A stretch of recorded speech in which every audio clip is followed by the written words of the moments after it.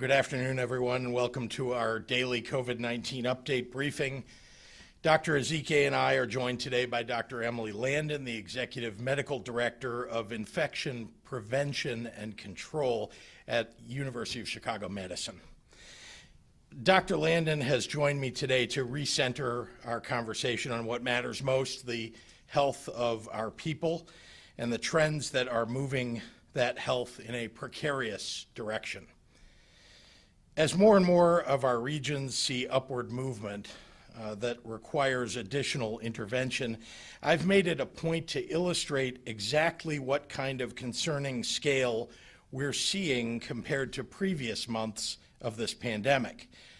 Today, I want to do the same on a statewide level, because statewide, we have a real problem on our hands and people's lives hang in the balance. Let me start with leading indicators. We are seeing substantially more confirmed cases right now than we ever saw in the spring. Since the beginning of October alone, new cases are up more than 150%. The highest 7-day average number of cases we reached in one day in the spring was 2,565 in early May. That came down to about 590 in mid-June. Today, we are at a new high, a 7-day average of 5,043 new cases per day, closing in on twice what we saw in May. Today alone, we're reporting 6,363 cases. We're able to test far more people than we did in the spring, which is very helpful for detecting new cases. But let me be clear, our cases are rising at a much faster clip than our testing. We're now averaging more than 73,000 COVID-19 tests per day. Today, for example, we are reporting more than 83,000 tests. We're the best testing state in the Midwest, and it's not even close. In Cook County alone, we produce more test results per day than 37 individual states do, and more than half of our country. Even as our testing has grown, between late June and late July, our case positivity stayed steady between 2.5 and 3%. From late July to a few weeks ago, it stayed more or less below 4.5%. Today, it's up to 6.9%. And our current test positivity average, which we use for mitigation decisions, is 8.2%. The growth rates that we're seeing in positivity rates, hospitalizations, and deaths are telling us that we are again experiencing a meaningful and sustained increase in transmission of this virus. Our positivity rates alone are cause for action, but our challenges don't end there. Broadly speaking, hospitalizations are a lagging indicator of rising community spread. It could take days or even a week after a positive COVID-19 test for a person to require hospitalization, while others might receive a confirmation of their positive test when already in the emergency room, possibly struggling to breathe. Since the beginning of October alone, statewide, the number of Illinoisans in the hospital with COVID-19 has grown 73%. Let me repeat that. Since the beginning of October alone, statewide, the number of Illinoisans in the hospital with COVID-19 has grown 73%. We came into this month with an average of 1,570 patients in the hospital fighting COVID-19. Today, hardly 4 weeks later, that average is up to 2,700 and growing. There are some individuals who think that we've solved the COVID-19 crisis by developing some treatments for those who have already entered the hospital. But when you look at the actual lived experiences of people who require hospitalization, that statement just doesn't really pan out. In the same time that hospitalizations have grown by 73% across our state, the number of patients requiring admittance into the intensive care unit is up 61%. Lower, yes, but not a gap that anyone should start betting their life on.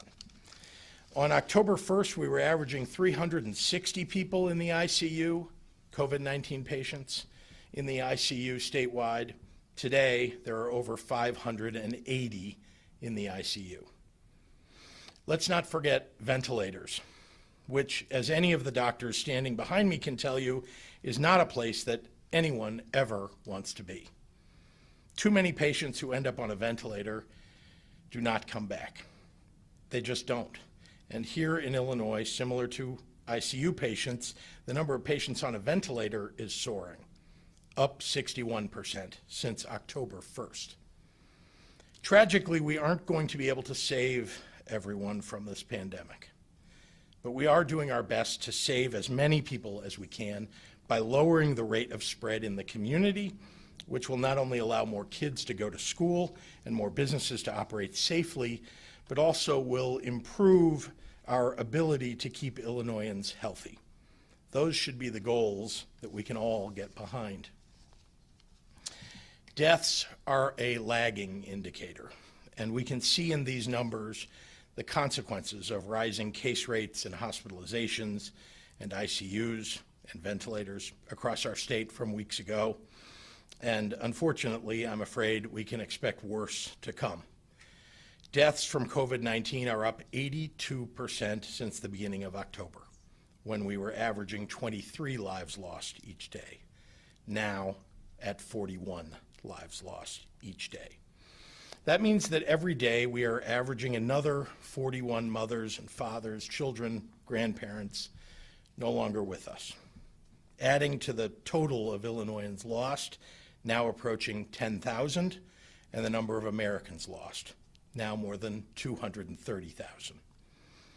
I know that the vast majority of people in this state are all in on the fight against this virus, just as they fight against the other battles, or fight the other battles, against things that take too many lives, like car accidents and cancer, by wearing seatbelts, by not smoking on planes, by getting a flu shot, by smearing sunscreen across your children's faces in the summer heat, by running the race for the cure, by learning and adapting our lives so that we can all live.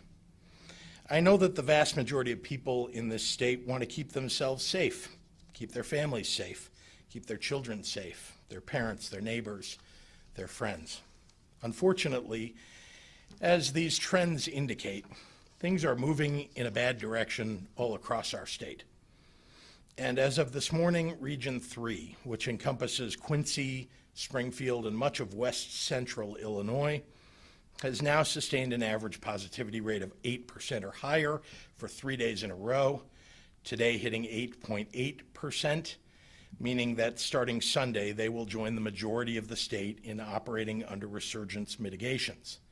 That's up from 4.6% in mid-September, the summer peak of 6.2% in mid-August, and the all-time low of 0.9% in mid-June.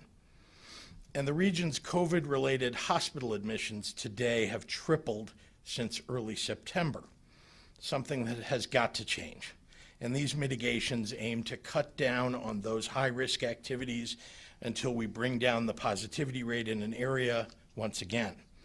In the meantime, we're upping our testing support with a new mobile site, setting up at the Sangamon County Health Department Saturday through Tuesday, with more to come in that region. As for our remaining regions that are free of resurgence mitigation measures, Region 6 has now seen 2 days in a row of a positivity rate reaching 8%, meaning that a third day, tomorrow possibly, would equal new mitigations in that region. Region 2, which stretches from Kendall County to Rock Island County and includes Peoria, remains the sole region of the state with a positivity average below 8%.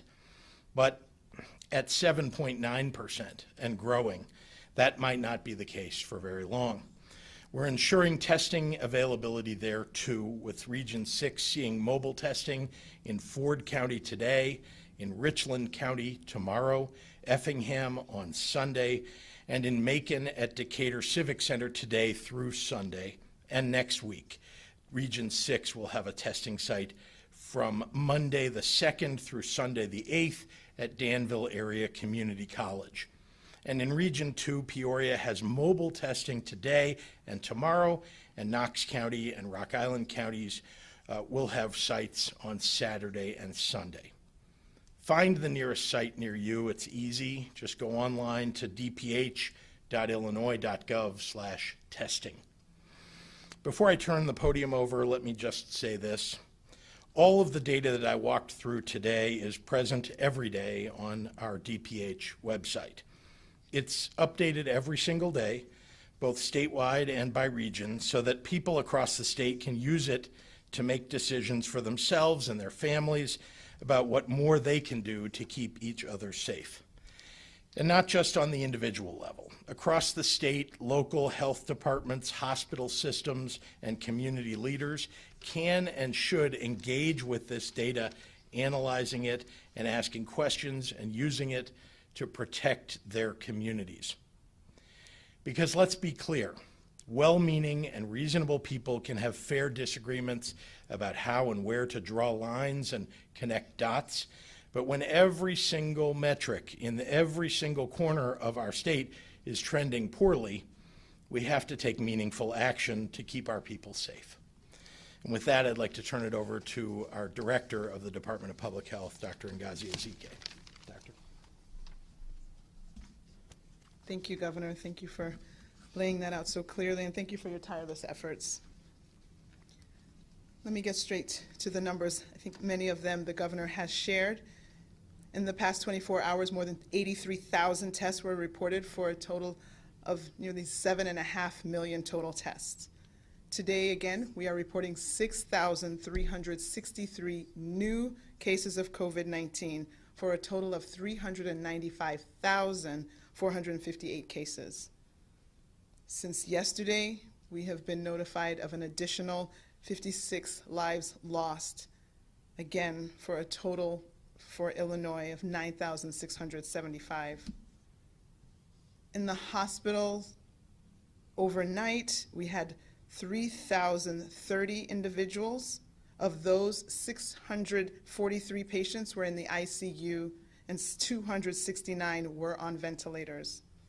Our entire mission during this pandemic is to reduce the number of cases, to reduce the number of hospitalizations, and reduce the deaths. One way to do that is through contact tracing. Since the first case of COVID-19 was reported in Illinois, contact tracing has been conducted. That's how we knew that our first case had traveled, had returned from Wuhan. That's how we knew that the second case was in fact the spouse of the first. Public health officials across the state, across the country, across the world conduct contact tracing on a daily basis. It's what we do for measles, for tuberculosis, many other diseases, and of course now COVID-19. It is something that we've always done and we continue to do on a daily basis. We collect this information so that we can help prevent additional cases. The quicker we're able to identify individuals who have been exposed, the quicker we can have them self-quarantine and thereby interrupt disease transmission, hopefully preventing additional people from being exposed to the virus. Because of the sheer volume of cases, again, over 6,300 cases were identified just over the last 24 hours. Almost 400,000 cases in total. Local health departments across the state are hiring and training more and more contact tracers. But again, as these numbers surge, public health is being stretched very thin, even as we bring the new contact tracers on board. When this happens, the contact tracer may not have the opportunity to follow up with every case for further clarification about where they visited in the weeks prior to being diagnosed and who exactly they were with after. We are doing our best to collect as much information as possible so that we can have the most complete picture of where COVID-19 is spreading. But of course, we can't do that without your participation. We're hearing from the local health departments and the contact tracers every day that some people won't answer the phone. And if they do answer the phone, they don't give the answers to the questions. There's also a number that's provided to call back, and often no call back. Please, if a contact tracer calls you, answer the phone. Please give as much information as you can. Public health officials can only track information that we're actually given. We can only share information that we have. So please make sure to provide as much information as you can so that we can absolutely slow down the spread of this virus. Contact tracers are required to keep private health information confidential. We will not give your name to anyone. They will simply indicate to the individual that may have been exposed that they have been in close contact with someone who tested positive and that they would need to quarantine. I imagine that once someone identifies themselves as a case, they probably will do the same thing and start notifying those that they're aware of. This information and letting the contact tracers know and people reaching out to people they may have been in contact with will slow the spread. So please, again, wear your mask, wash your hands, and watch your distance. And of course, also get your flu shot. I have already gotten reports of individuals with both flu and COVID at the same time. We don't want to battle this twindemic at the same time with the same number of hospital beds. And please, if you get that call from the contact tracers, please answer the phone and please share the required information. Thank you. Now the remarks in Spanish. Buenos días. Voy a comenzar con los números. Hoy informamos 6,363 casos nuevos de COVID-19 en Illinois para un total de más de 395,458 casos confirmados. Desde ayer hemos recibido las noticias de 55 muertes adicionales para un total de más de 9,675 muertes. 3,030 personas en Illinois pasaron la noche en el hospital. De ellos, 643 pacientes estaban en la unidad de cuidados intensivos y 269 pacientes estaban en ventiladores. Más de 83,000 pruebas de COVID-19 fueron hechas por un total de más de 7.5 millones. Nuestra misión durante esta pandemia es reducir el número de casos nuevos, el número de hospitalizaciones y muertes. Una forma de hacerlo es el rastreo de contactos. Desde que se informó el primer caso de COVID-19 en Illinois, el rastreo de contactos comenzó rápidamente. Así es como supimos que la persona acababa de viajar desde Wuhan, China, y que el segundo caso en Illinois era su esposo. Las oficiales de salud pública en el estado, el país y todo el mundo realizan el rastreo de contactos diariamente. Lo hacemos por sarampión, tuberculosis, otras enfermedades y ahora COVID-19. Esta información ayuda a prevenir casos y brotes adicionales. Lo más rápido que identificamos los contactos, lo más rápido podremos evitar la propagación de este virus. Con casi 400,000 casos confirmados de COVID-19 en Illinois, departamentos de salud locales en todo el estado están contratando y capacitando a más rastreadores de contactos. Estamos haciendo nuestro mejor esfuerzo para recopilar información para poder tener una imagen completa de dónde se está propagando COVID-19. Pero necesitamos su ayuda. Escuchamos que cuando los rastreadores de contactos llaman, algunas personas no responden al teléfono. Y si contestan su teléfono, no responden las preguntas. Por favor, si un rastreador de contactos te llama, conteste el teléfono y comparte toda la información que puedas. La información que das a los rastreadores de contactos es confidencial. Simplemente ellos informan a otras personas que han estado en contacto con alguien que dio positivo y que deben ponerse en cuarentena. Esta información realmente puede bajar la propagación. Así que por favor use su máscara, lávese las manos, mantenga su distancia, vacúnese contra la influenza. Y si recibe una llamada, conteste el teléfono y responda las preguntas. Esos pasos simples salvarán vidas. Muchísimas gracias para su apoyo. And with that, I'm happy to turn the podium over to Dr. Emily Landon.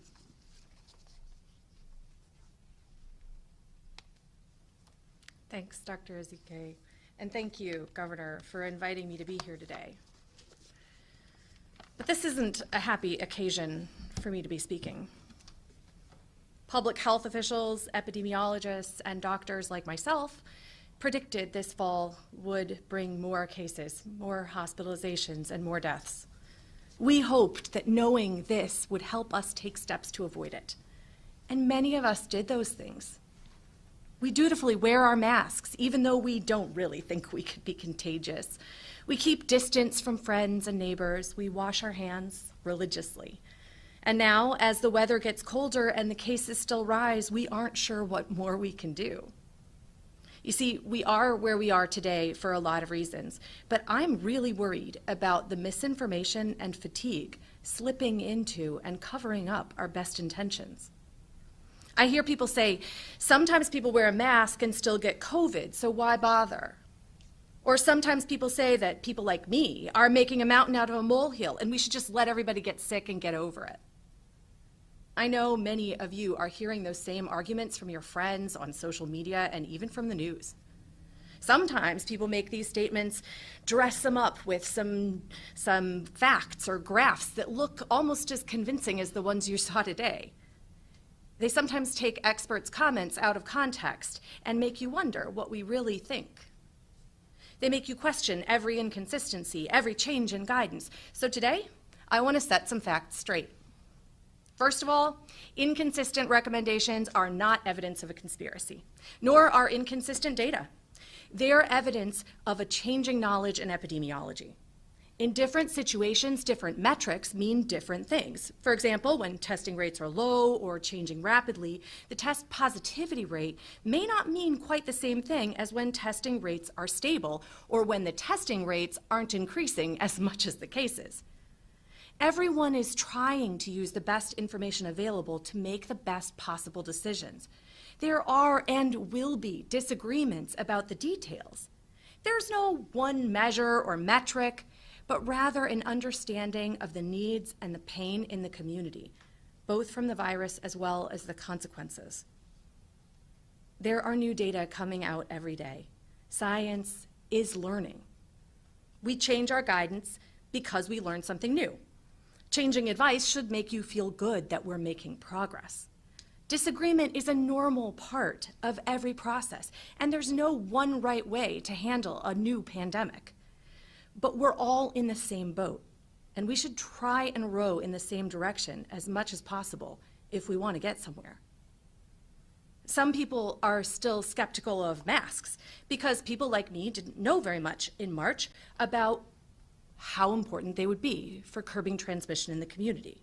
Every single study now shows that masks reduce risk.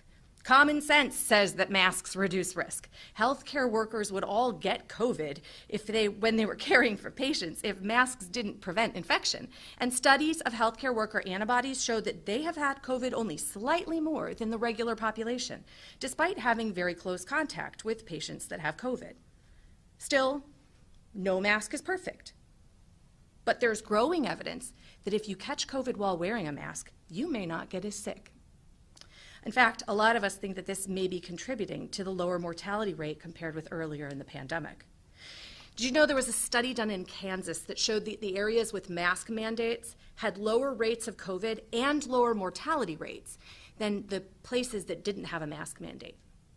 This gives us evidence that masks prevent COVID, but it also tells us that they may reduce the severity of illness and that the mandate is important. Because in counties where there wasn't a mandate, people could wear a mask if they wanted to, and they were even encouraged to do so, but not But when everyone wears a mask, it's better for all of us. So no matter what you hear, masks are important and masks are safe. Construction workers, healthcare workers, artists, all kinds of people have been wearing masks for ages without complications. So stop your fussing and put your mask on, especially now that the weather is getting colder. Which brings me to another point. Warmer air is more humid. It has more moisture in it. You know this. That humidity keeps those droplets that are coming out of our mouth and our nose juicy. And when they're wetter, they weigh more and they fall to the ground closer. But when air cools down, it doesn't hold as much moisture. It's drier, and our HVAC systems are not awesome at putting moisture back into the air, even though they're pretty good at heating it. This you know because you have to buy more lotion. You complain about your dry skin all winter long. You may even buy a little humidifier that you put in the corner and realize it doesn't actually solve the whole problem because it's a bigger problem than you can solve with a little humidifier. That drier air means that your droplets are drier and smaller too, and they can linger in the air. They're lighter, they stay longer, and they travel further. That's that airborne transmission that you keep hearing about, and it's true. Fall and winter weather literally make COVID more transmissible. On top of that, the cold weather makes us spend time inside, in our energy-efficient homes that keep the heat inside and the COVID. There have been numerous reports of super spreader events related to these kinds of situations, and they can be described with the 3 C's. It's unmasked contact with people in a closed space that's crowded, because the more